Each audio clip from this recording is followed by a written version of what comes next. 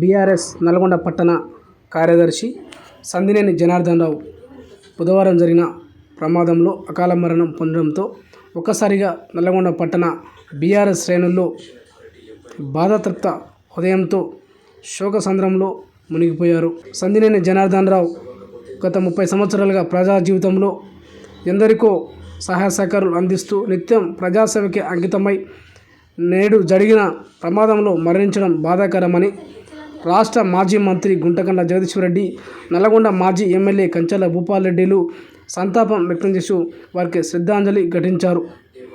అనంతరం వారి పార్థివ దేహాన్ని మోస్తూ అంతిమయాత్రలో పాల్గొన్నారు. కాలనీలో సందినేని జనార్దన్ రావు అంత్యక్రియల్లో పెద్ద ఎత్తున వారి అభిమానులు, కుటుంబ సభ్యులు పాల్గొని సంతాపాన్ని తెలియజేశారు. వారి మరణం తీరని లోటని బాధాతప్త హృదయాలతో